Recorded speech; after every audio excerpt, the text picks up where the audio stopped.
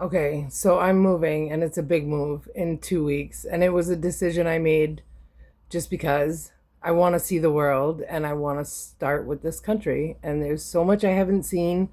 I've never been to Texas and I am moving from Boston to Houston in 2 weeks. I don't know anybody there. I've never been there. Did a lot of research. I'm excited. But I'm going to tell you about I don't know if I'm going to talk about goodbyes or literally moving, but um I was the town that I was I wasn't born in that town I lived in. I was born in the city next door, but I was grew up in a small town where my whole family was. My family came from Canada and settled in Maine, and my mom is first generation American, but like cousins up. I mean, like my great grandma would make Sunday dinner, and there would be like throughout the day 150 people would stop by, and it was all people we were related, cousins, whatever. So I lived there, and then my mom met someone who proposed to her, but when he proposed, he said, I just took a job on Cape Cod in Massachusetts, so if you say yes, we need to move by the fall, because he was a principal and we had to be there for the school year. And my mom said yes. So that was second grade. So I think I knew before school ended. I don't remember anything about saying goodbye to anyone. I remember my best friend Renee. That's what broke my heart, was leaving her. Um but I think I was excited for the adventure. That's just my nature. Um so we moved. And then we lived in Chatham, and I have talked about this on my educational journey post. Chatham was rough for me. I did not feel like I fit in. Um, and I guess my low self-esteem, like I just really didn't think anybody there cared about me. Those girls could be really mean. And sometimes kids are mean and they don't really mean it, but the way I am is if you've shown me, that you don't like me, then that's what it is, and I don't want to be around you now.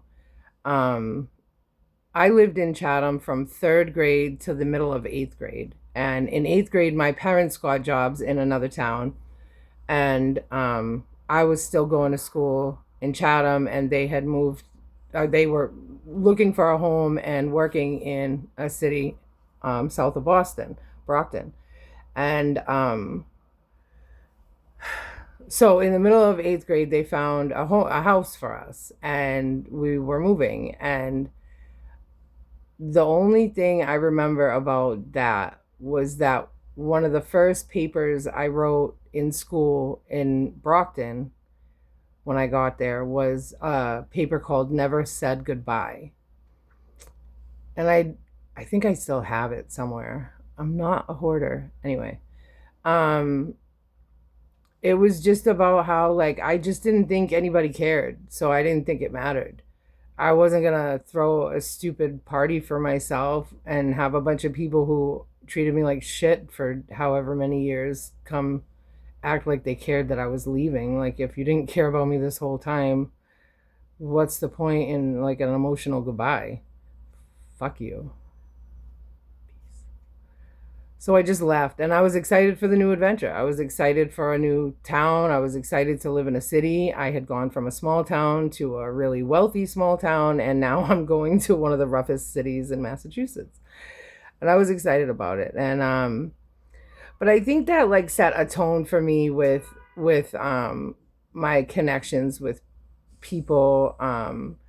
The reason I said I don't know if it's just about moving or goodbyes is those moves.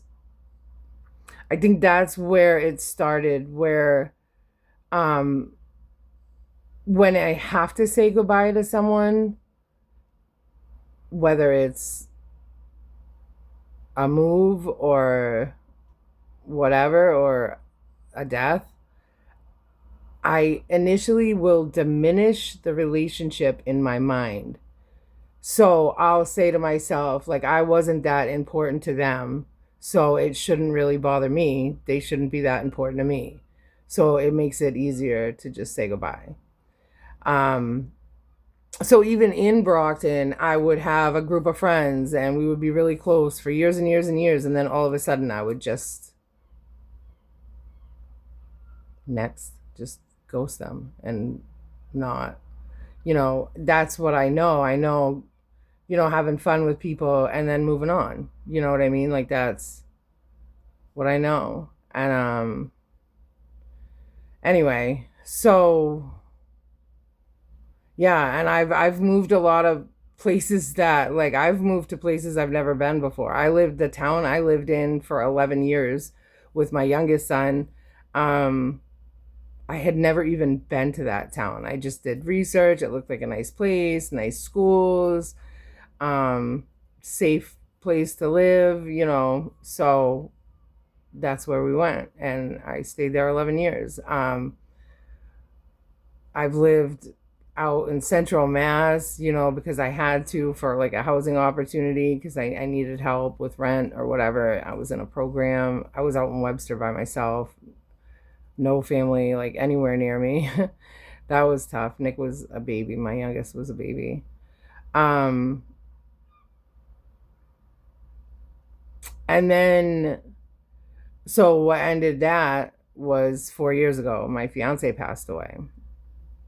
And then my landlord gave me a 30-day notice to quit like a month after he died because he was selling. Not even because I owed him money, just because he wanted to sell the unit, which you couldn't have warned me or given me a little more than 30 days to get out or whatever. And at that point, all the things that had happened in that town, there were a lot of rumors about me. It was a small town.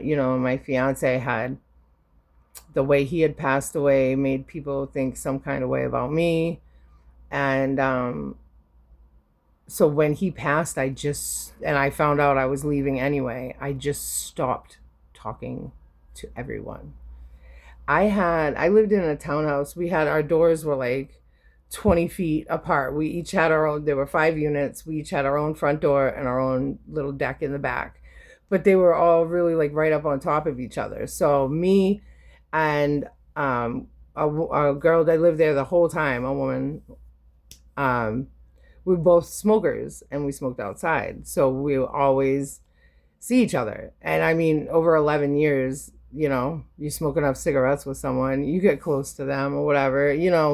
We weren't really friends. We were not the same type of people, but, we would have fun together. It would just happen. We'd end up out in the backyard doing something or whatever, Um, but they were kind of like, I always said that it was a couple, and I always said they were more like almost like siblings than friends because it was like I didn't have a choice and neither did they, and we didn't love each other, but we made the best of it. You know what I mean? Because we're living so close together for so long. Um, but I felt like they had betrayed me when my fiance passed. They were trying to get in my unit. I don't know, whatever. And things just went south with the relationship and I stopped talking to them. And I think that made them feel some kind of way. I think that was part of where their anger came from, was that I wasn't saying anything to anyone, though. It wasn't anyone in particular. But I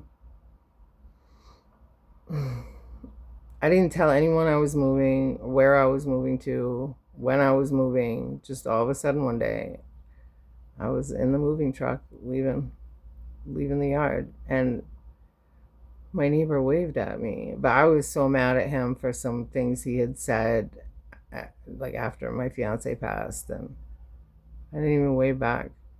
I didn't say goodbye to anyone. I lived there 11 years. I didn't say goodbye to anyone.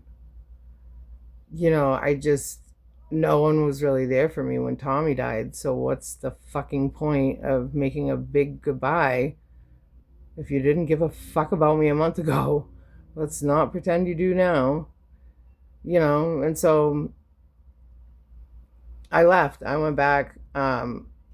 At that point, I was just trying to save us from homelessness because things were really weird and tight and scary because Tommy had just passed and everything was upside down, you know? And I ended up back in Brockton, which is, I never thought I was going to end up back in Brockton. But I went back to Brockton, and then that was a shit show. And a lot of old people I knew were coming out of the woodwork, and it just wasn't a good idea. It was just, anyway. I was in an apartment I couldn't afford. And, I think I was really close with one of my neighbors there, but it wasn't long before I moved that we got into it about something, and I just never spoke to her again. And I just left. I didn't say goodbye to anybody. I didn't tell anybody when, where I was going, what I was doing. I just left. And I ended up here. Since I've been here, I don't feel like I fit in with the people around me. I just don't think we're the same. And so I haven't talked to anyone like socially. Like, hi, how you doing? What's your dog's name? You know what I mean? Actually, a lot of people around here in the apartment I'm in, and now I'm in Boston, they know my dog's name. Hi, Leo. They don't even know my name. And I'm about to leave again. And there's no one really to say goodbye to because I didn't make any friends. I've been here 2 years and I'm still fucked up in the head from my fiance dying. So here we go again. And this time, like, I don't know. I want to travel.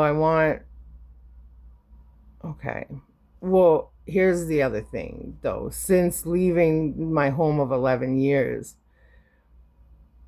I never have ever gone back to that town because I didn't keep any ties with anyone.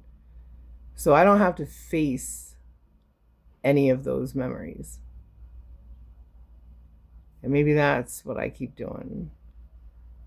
Just leave it all behind me. Just leave it all behind. Let's start fresh again. So I'm excited about this next move. Going to Houston, 2,000 miles away.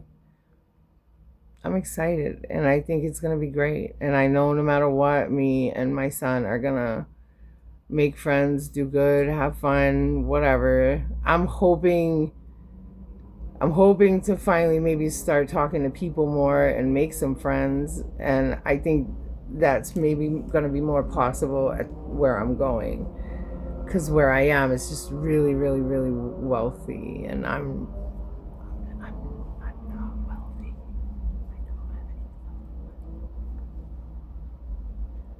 And I'm living in a building with like Bruins players, like NHL players living here. You know what I mean? We're not the same. I like hockey though. I can't play it. But anyway, so yeah, the never said goodbye thing, that paper I wrote, I gotta find it. Maybe it explains my thoughts then on why I never say goodbye. But I don't like to say goodbye. Not because it's sad, it's just stupid. You know what I mean? If you're not in my life enough for me to say goodbye to you, then I guess I don't think you deserve that out of me, and I'm not gonna let you fake goodbye me. Maybe I should have a going away party this time. I don't know. But here we go again, just starting over. And I don't know. I just hope I'm not instilling any like negative behaviors or patterns into my son, because they watch what we do. But it's just me. It's just what I do. Like I I don't know who I'll be keeping in touch with, even from Massachusetts at all, when I go.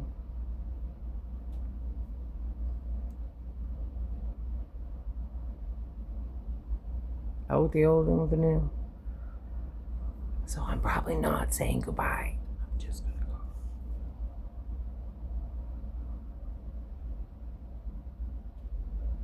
I just hate the packing part. Fuck me. Anyway. Yep.